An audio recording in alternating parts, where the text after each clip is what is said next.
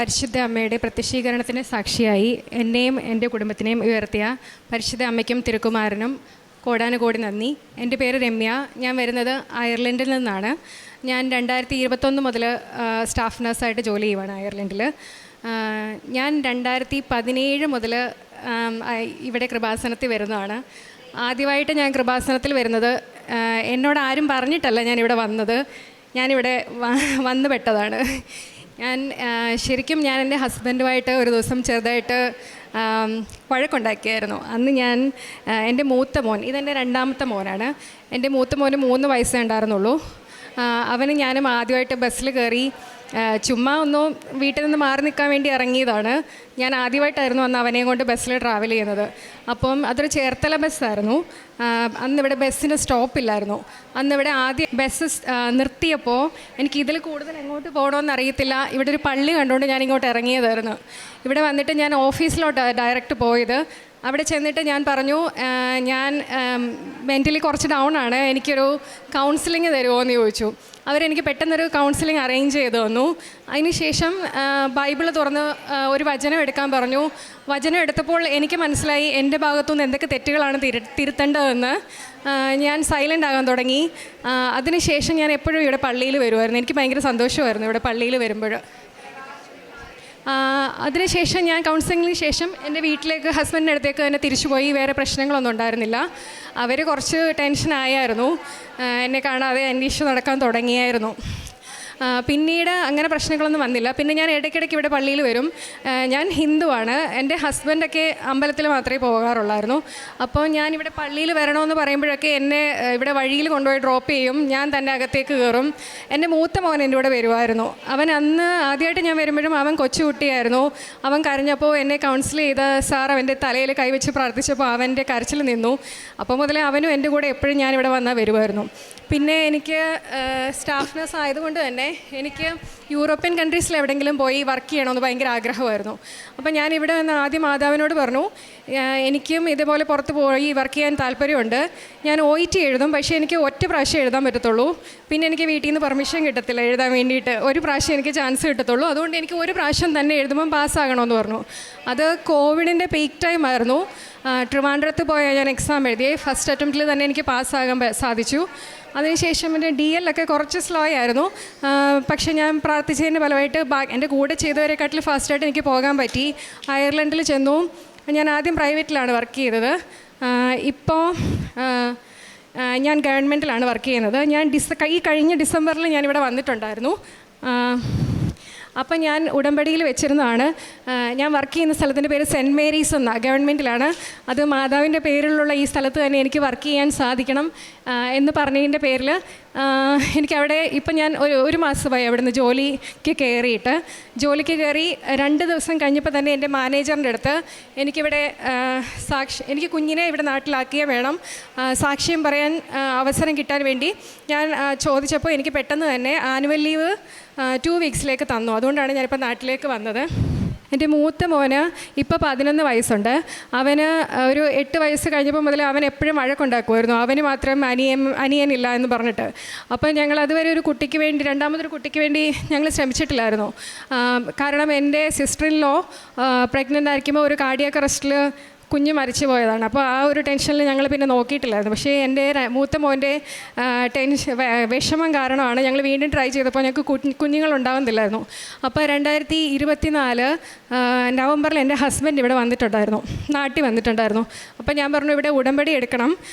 അപ്പോൾ ഹസ്ബൻഡ് ഇവിടെ വന്ന് ക്ലാസ് അറ്റൻഡ് ചെയ്തിട്ട് പറഞ്ഞു, ഇത് എന്നെക്കൊണ്ട് നടക്കുന്ന കാര്യമല്ല. അപ്പോൾ ഞാൻ വീണ്ടും കരഞ്ഞ് പറയാൻ തുടങ്ങി, എങ്ങനെയെങ്കിലും ഉടമ്പടി എടുത്ത് പറ്റത്തുള്ളൂ. അപ്പോൾ എനിക്ക് വേണ്ടി സംബന്ധിച്ച ആളും ഉടമ്പടി എടുത്തതിൻ്റെ ഫലമായിട്ട് 1 മാസം കഴിഞ്ഞപ്പോൾ ഞാൻ വീണ്ടും പ്രഗ്നൻ്റായി.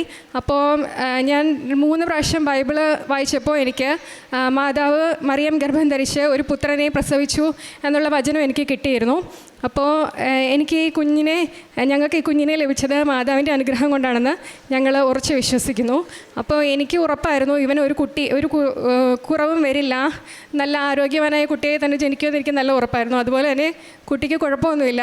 അവൻ കരയുമ്പോൾ ഞാൻ അവന് പാടിക്കൊടുക്കുന്നത് ഓ ദിവ്യമാം സ്നേഹമേ എന്ന് പറയുന്ന പാട്ടാണ് പാടിക്കൊടുക്കുന്നത്. അത് കേൾക്കുമ്പോഴേ അവൻ സൈലൻ്റ് ആകും, അവൻ ഉറങ്ങുകയും ചെയ്യും. അപ്പോൾ മൊബൈലിൽ ഞാൻ കാർട്ടൂൺസ് ഒന്നും കാണിക്കത്തില്ല. ഞാൻ ഇവിടുത്തെ കൃപാസനത്തിലെ ലൈവ് വീഡിയോ ഒക്കെ വെച്ച് കൊടുക്കുമ്പോൾ ആൾ പെട്ടെന്ന് സൈലൻ്റ് ആകും. അതാണ് എൻ്റെ ഏറ്റവും വലിയ സാക്ഷ്യം. പിന്നെ എനിക്ക് ജോലിയുടെ കാര്യത്തിൽ പ്രൈവറ്റ് ജോലി ആദ്യം അയർലൻഡിലേക്ക് ചെന്ന് കഴിഞ്ഞിട്ടൊരു ആപ്റ്റിറ്റ്യൂഡ് ടെസ്റ്റ് ഉണ്ടായിരുന്നു. ആപ്റ്റിറ്റ്യൂഡ് ടെസ്റ്റും ഇതേപോലെ 2 അറ്റംപ്റ്റ്സേ ഉള്ളൂ. അത് പാസ്സായില്ലെങ്കിൽ നമുക്ക് തിരിച്ചു വരണം. അങ്ങനെ ഒരു സിറ്റുവേഷനായിരുന്നു.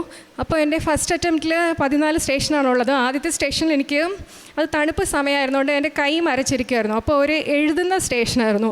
അതെനിക്ക് 3 മിനിറ്റ് കൊണ്ട് എഴുതേണ്ടത് 9 മിനിറ്റ് കൊണ്ടാണ് എഴുതി തീർക്കാൻ പറ്റിയത്. അപ്പോൾ എൻ്റെ എക്സാമിനർ എന്നോട് പറഞ്ഞു, സാരമില്ല, ഈ സ്റ്റേഷനിൽ നീ ഫെയിലാകും, പക്ഷേ ബാക്കി 13 സ്റ്റേഷനും ടെൻഷൻ അടിച്ച് കളയാതെ അത് നന്നായിട്ട് ചെയ്യുമെന്ന് എന്നോട് പറഞ്ഞിരുന്നു. പിന്നെ ഞാൻ ഇവിടുന്ന് ഉടമ്പടി വസ്തുക്കൾ എൻ്റെ കയ്യിലുണ്ടായിരുന്നു, അമ്മയുടെ കാശ് രൂപ എൻ്റെ കയ്യിലുണ്ടായിരുന്നു. ഞാനത് മുറുക്കെ പിടിച്ച് ഓരോ സ്റ്റേഷനും ചെയ്തു. റിസൾട്ട് വന്നപ്പോൾ അതിൻ്റെ റിസൾട്ട് ലാസ്റ്റാണ് വന്നത്. പക്ഷേ ഞാൻ എല്ലാ സ്റ്റേഷനും ഞാൻ ഫസ്റ്റ് അറ്റംപ്റ്റിൽ തന്നെ ക്ലിയർ ചെയ്തായിരുന്നു. അമ്മയുടെ അനുഗ്രഹം കൊണ്ട് മാത്രമാണ് എനിക്കത് ചെയ്യാൻ കഴിഞ്ഞത്, ഞാൻ ഉറച്ചു വിശ്വസിക്കുന്നു. പിന്നെ എൻ്റെ അയർലൻഡ് ഡ്രൈവിംഗ് ലൈസൻസ് ഇതേപോലെ ഞാൻ വണ്ടിയിൽ കയറി ടെസ്റ്റിൻ്റെ മുമ്പ് രാവിലെ തൈലം പൂശി സ്റ്റിയറിംഗ് വീലിലൊക്കെ കുരിശ് വരച്ച് പ്രാർത്ഥിച്ചിട്ടാണ് പോയത്. അതിൻ്റെ ഫലമായിട്ടാണ് അയർലൻഡിൽ ഡ്രൈവിംഗ് ടെസ്റ്റ് പാസ്സാകുന്ന വലിയ പാടുള്ള കാര്യമാണ്. അതും എനിക്ക് പാസ്സാകാൻ കഴിഞ്ഞു. പിന്നെ എനിക്ക് വണ്ടി പാസ്സായെങ്കിലും ഞാൻ പ്രഗ്നൻ്റ് ആയിരുന്ന സമയത്താണ് പാസ്സായത്. അതുകൊണ്ട് കുറച്ച് നാൾ ഞാൻ ഡ്രൈവ് ചെയ്യുന്നില്ലായിരുന്നു. അതിന് ശേഷം എനിക്ക് ജോലി കിട്ടിയതിന് ശേഷം എനിക്ക് വലിയ റോഡുകളിലൂടെയൊക്കെ പോകാൻ പേടിയായിരുന്നു. അപ്പം ഞാൻ അച്ഛൻ്റെ ടോക്കൊക്കെ കേട്ടൊക്കെയാണ് പോകുന്നത്. ഇപ്പം എനിക്ക് നല്ല കോൺഫിഡൻസോടുകൂടി വണ്ടി ഓടിച്ച് പോകാൻ സാധിക്കുന്നുണ്ട്. അതിനും അമ്മയ്ക്ക് ഒരുപാട് നന്ദി പറയുന്നു. പിന്നെ എനിക്ക് ഒരുപാട് എൻ്റെ ഗവൺമെൻറ് ജോബിൻ്റെ കാര്യം, ഞാൻ ഈ ഡിസംബറിൽ ഇവിടെ വന്നപ്പോൾ എനിക്കിനി ഒരു മറ്റേണിറ്റി ലീവ് കഴിഞ്ഞൊരു പെർമനൻറ്റ് ജോബിലേക്ക് പോകാനായിരുന്നു എനിക്ക് താല്പര്യം. അപ്പോൾ ഞാൻ ഇൻ്റർവ്യൂ പാസ്സായത് നാട്ടിൽ വന്ന സമയത്ത് ഒരു പ്രൈവറ്റ് ഇൻ്റർവ്യൂ അറ്റൻഡ് ചെയ്തു, ഒരു ഗവൺമെൻറ്റിൻ്റെ ഇൻ്റർവ്യൂ അറ്റൻഡ് ചെയ്തായിരുന്നു. ഗവൺമെൻറ്റിൻ്റെ ഈ 2 ഇൻ്റർവ്യൂ അറ്റൻഡ് ചെയ്ത് റിസൾട്ടിൻ്റെ പ്രിൻ്റ് ഔട്ട് എടുത്തിട്ട് ഞാനിവിടെ അച്ഛനെ കാണാൻ വന്നിട്ടുണ്ടായിരുന്നു. അപ്പോൾ അച്ഛനെ കണ്ട് ഇവിടെ അൾത്താരയിൽ മുട്ടുകുത്തി നിന്നപ്പോൾ എനിക്കൊന്നും പറയാൻ പറ്റിയില്ല. എനിക്ക് ഭയങ്കര സങ്കടമായിരുന്നു. അച്ഛന് ആ കുരിശ് എൻ്റെ കയ്യിൽ പിടിക്കാൻ തന്നപ്പോൾ എനിക്ക് ഭയങ്കര സന്തോഷമായിരുന്നു. എനിക്കൊന്നും പറയാൻ പറ്റിയില്ല. അച്ഛൻ എന്നോട് ചോദിച്ചു, എന്തിനാ മോളെ കരയുന്നതെന്ന് ചോദിച്ചു. ഞാനൊന്നും പറഞ്ഞില്ല. പേപ്പർ എന്തായാലും അച്ഛൻ്റെ കയ്യിൽ കൊടുത്തിട്ടുണ്ട്. അച്ഛൻ എൻ്റെ മുഖത്ത് തട്ടിയിട്ട് വിഷമിക്കണ്ടെന്ന് പറഞ്ഞു. ആ ജോലി തന്നെ എനിക്ക് കിട്ടി. അതിനു മുമ്പ് ഒരു 2 വർഷത്തോളം എനിക്ക് ഏജൻസി ഷിഫ്റ്റ് ചെയ്യേണ്ടി വന്നിട്ടുണ്ടായിരുന്നു. ഏജൻസി ഷിഫ്റ്റ് പല സ്ഥലങ്ങളിലാണല്ലോ നമ്മൾ പോയി വർക്ക് ചെയ്യേണ്ടി വരുന്നത്. അപ്പോൾ എനിക്ക് സ്റ്റാർട്ടിങ്ങിൽ ഭയങ്കര ബുദ്ധിമുട്ടുണ്ടായിരുന്നു. ഒരു പരിചയമില്ലാത്ത സ്ഥലത്ത് എങ്ങനെ പോയി വർക്ക് ചെയ്യുന്നൊരു വിഷമം ഉണ്ടായിരുന്നു. അന്ന് ഇതുപോലെ ഡെയിലി ബ്രെഡ് ഒരു ദിവസം പ്രവർത്തിക്കുമ്പോൾ അച്ഛൻ പറഞ്ഞു, ചില ആൾക്കാർ പുതിയതായിട്ടൊരു കാര്യം ചെയ്യാൻ തുടങ്ങുന്നതിന് മുമ്പ് വളരെ ടെൻഷൻ അടിക്കുന്നുണ്ടായിരിക്കും, ഞാനിത് ചെയ്തിട്ടില്ലാത്ത കാര്യമാണെന്ന് ഓർത്ത് വിഷമിക്കുന്നുണ്ട്. അങ്ങനെയുള്ളവർ വിഷമിക്കേണ്ട. നിങ്ങൾ ചിലപ്പോൾ ഒരു ഹോസ്പിറ്റലിലേക്ക് ആദ്യമായിട്ട് പോകുന്നതായിരിക്കും, പക്ഷേ നിങ്ങൾ ടെൻഷൻ അടിക്കേണ്ട.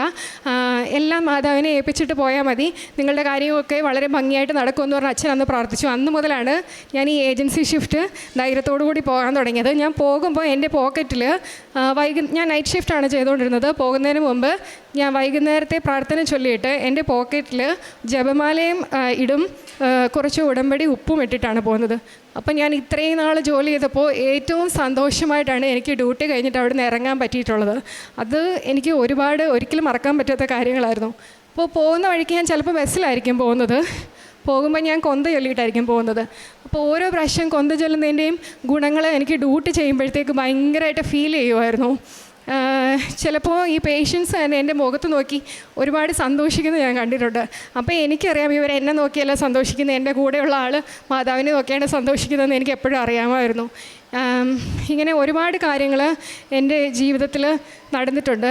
കാര്യങ്ങൾ നടക്കാൻ വേണ്ടിയിട്ടല്ല, എനിക്ക് മാതാവിനോടും ഈശോയോടും ഭയങ്കര ഇഷ്ടമാണ്. അതുകൊണ്ടാണ് ഞാൻ ഇത് കണ്ടിന്യൂ ചെയ്ത് പോകുന്നത്.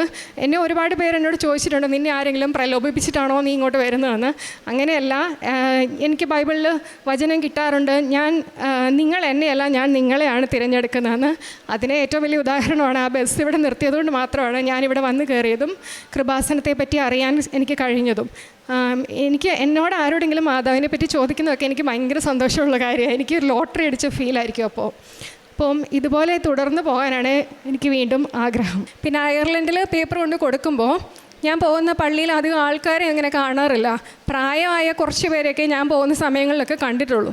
അപ്പോൾ എൻ്റെ മോൻ എൻ്റെ അടുക്ക് പറയും, ഇത് നമ്മൾ എപ്പോൾ കൊടുത്തു തീർക്കാനാണെന്ന് പറയും. പക്ഷേ ഞങ്ങൾ അങ്ങനെ പോകുന്ന ദിവസങ്ങളിലൊക്കെ പള്ളിയിൽ നിറയെ ആൾക്കാരായിരിക്കും. അവരിങ്ങോട്ട് വന്ന് ചോദിക്കും. പക്ഷേ ഞാൻ ഫുള്ള് കൊടുക്കത്തില്ല. എൻ്റെ കയ്യിൽ 1-2 പത്രം എപ്പോഴും ഞാൻ ബാക്കി വെക്കും, ആർക്കെങ്കിലും അത്യാവശ്യമുള്ളവർ വരുമ്പം അവർക്ക് കൊടുക്കാൻ വേണ്ടിയിട്ട്.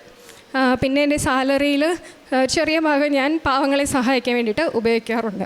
ആത്മീയ ജീവിതത്തെ പറ്റി പറയുകയാണെങ്കിൽ ഡെയിലി ബ്രെഡ് ശരിക്കും ഞാൻ ഡെയിലി ബ്രെഡ് നേരത്തെ ഇവിടെ തുടങ്ങുന്നതിന് മുമ്പ് തന്നെ ഞാൻ പ്രാർത്ഥിക്കുമായിരുന്നു. ഇതുപോലെ രാവിലെ എന്നും 5:30 അച്ഛൻ വന്നിട്ട് എന്നും ഫ്രഷായിട്ട് ഇങ്ങനെ വന്ന് പ്രാർത്ഥിക്കുന്ന ഒരിതുണ്ടാകുമായിരുന്നെങ്കിൽ നല്ലതായിരുന്നെന്ന് ഞാൻ ആഗ്രഹിച്ചിട്ടുണ്ട്. അതുപോലെ തന്നെ നടന്നപ്പോൾ എനിക്ക് വളരെ സന്തോഷമായിരുന്നു. ഞാൻ എന്നും കറക്റ്റായിട്ട് 5:30 കൂടുന്നതല്ല, പക്ഷേ എനിക്ക് സമയം കിട്ടുമ്പോഴൊക്കെ ഞാനിത് കാണും. ഇതൊക്കെ കാണുമ്പോൾ എനിക്ക് ഭയങ്കര സന്തോഷത്തോടു കൂടിയാണ് ഞാൻ കാണാറുള്ളത്. പിന്നെ എന്നെ ആരെങ്കിലും എന്തെങ്കിലും നെഗറ്റീവ് കമൻറ്റ്സ് പറയുവാണെങ്കിൽ, സ്റ്റാറ്റസൊക്കെ ഇടുമ്പോൾ പറയുവാണെങ്കിൽ ഞാൻ അവരോട് അങ്ങനെ പ്രതികരിക്കാൻ പോകാറില്ല. ഞാനൊരു സ്റ്റാറ്റസും കൂടെ എക്സ്ട്രാ മാതാവിനെ പറ്റി ഇടുവാണ് ചെയ്യാറുള്ളത്. ബൈബിൾ ഞാൻ വായിച്ച് തീർത്തിട്ടുണ്ട്. പിന്നെ ഇടയ്ക്കിടയ്ക്ക് ഞാൻ വചനങ്ങൾ എടുത്ത് വായിക്കാറുണ്ട്. ജപമാല വായിക്കുമ്പോഴൊക്കെ ചെല്ലുമ്പോഴൊക്കെ എനിക്ക് എന്തെങ്കിലും എൻ്റെ ലൈഫിൽ പോസിറ്റീവായിട്ടുള്ളൊരു കാര്യങ്ങൾ നടക്കുന്നതായിട്ട് എനിക്ക് ഫീൽ ചെയ്യാറുണ്ട്. എൻ്റെ കയ്യിൽ എവിടെ പോയാലും എൻ്റെ ജപമാല എൻ്റെ കൂടെ കാണും. പിന്നെ എനിക്ക് ജോലി മെയ് 11 ഞാൻ ജോയിൻ ചെയ്തത്. അന്ന് ഞാൻ എൻ്റെ വാട്സപ്പ് സ്റ്റാറ്റസിൽ പോസ്റ്റ് ചെയ്തു, not by merit but by grace എന്ന്. അന്ന് അച്ഛൻ ഡെയിലി ബ്രെഡിൽ സംസാരിച്ചപ്പോൾ 5 മിനിറ്റോളം അച്ഛൻ സംസാരിച്ചത് not by merit but by ഗ്രേസിനെ പറ്റിയായിരുന്നു. അതെനിക്ക് വളരെ പോസിറ്റീവായിരുന്നു. പോകുന്ന സമയത്ത് ഭയങ്കര സന്തോഷമായിരുന്നു. എൻ്റെ തുടക്കത്തിൽ ഞാൻ പോസ്റ്റ് ചെയ്ത കാര്യത്തെപ്പറ്റി അച്ഛൻ അന്ന് കൂടുതൽ നേരം സംസാരിച്ചപ്പോൾ അതൊക്കെ എനിക്ക് ഭയങ്കര പോസിറ്റീവായിട്ട് തോന്നിയിരുന്നു. അപ്പം ഇത്രയും അനുഗ്രഹങ്ങൾ തന്ന അമ്മയ്ക്കും തിരുക്കുമാരനും കോടാനുകൂടി നന്ദി. നിങ്ങൾ എന്നെ തിരഞ്ഞെടുക്കുകയല്ല, ഞാൻ നിങ്ങളെ തിരഞ്ഞെടുക്കുകയാണ് ചെയ്തത്. നിങ്ങൾ പോയി ഫലം പുറപ്പെടുവിക്കുന്നതിനും നിങ്ങളുടെ ഫലം നിലനിൽക്കുന്നതിനും വേണ്ടി ഞാൻ നിങ്ങളെ നിയോഗിച്ചിരിക്കുന്നു. ഞാൻ ഉടമ്പടി എടുക്കുകയും അവിടെ നിയോഗം വെച്ച് പ്രാർത്ഥിക്കുകയും ചെയ്തതിൻ്റെ ഫലമായിട്ട് ഈ കുഞ്ഞ് വാവ ജനിക്കുകയും ഇന്ന് പരിശുദ്ധമ്മയുടെ പ്രത്യക്ഷീകരണത്തിൻ്റെ സാക്ഷിയായിട്ടാണ് ഇന്ന് കുഞ്ഞുമായിട്ട് വന്ന് പരിശുദ്ധമ്മയ്ക്ക് നന്ദി പറയുന്നത്. അക്രൈസ്തവയായ ഈ മകള് ഈശോയുടെ അമ്മയോടും ചേർന്ന് നിന്ന് ഉടമ്പടി ജീവിതം വിശ്വസ്തയോടെ നയിക്കുകയും നേർച്ച വസ്തുക്കളായ ഉടമ്പടി കാശുരൂപവും ഉടമ്പടി തൈലവും ഒക്കെ തേച്ച് പ്രാർത്ഥിച്ചതിൻ്റെ ഫലമായിട്ടാണ് എല്ലാ രീതിയിലും എല്ലായിടത്തും ഈശോയുടെ അമ്മയുടെ സാന്നിധ്യം മനസ്സിലാക്കാൻ സാധിച്ചത്.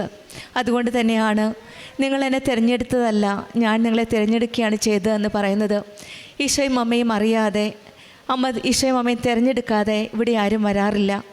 അമ്മ അറിഞ്ഞാൽ അമ്മയുടെ അറിവോട് കൂടി മാത്രമേ ഇവിടെ ആരെങ്കിലും വന്നു പെടുകയുള്ളൂ.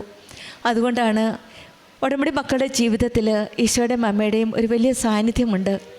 അത് അമ്മ തന്നെയാണ് അമ്മയ്ക്ക് വേണ്ടവരെ പല സാഹചര്യങ്ങളിലൂടെ പല രീതിയിലൂടെയാണ് അമ്മയുടെ മക്കളെ അമ്മ തിരഞ്ഞെടുത്ത് അമ്മയുടെ സന്നിധിയിൽ കൊണ്ടുവരുന്നത്.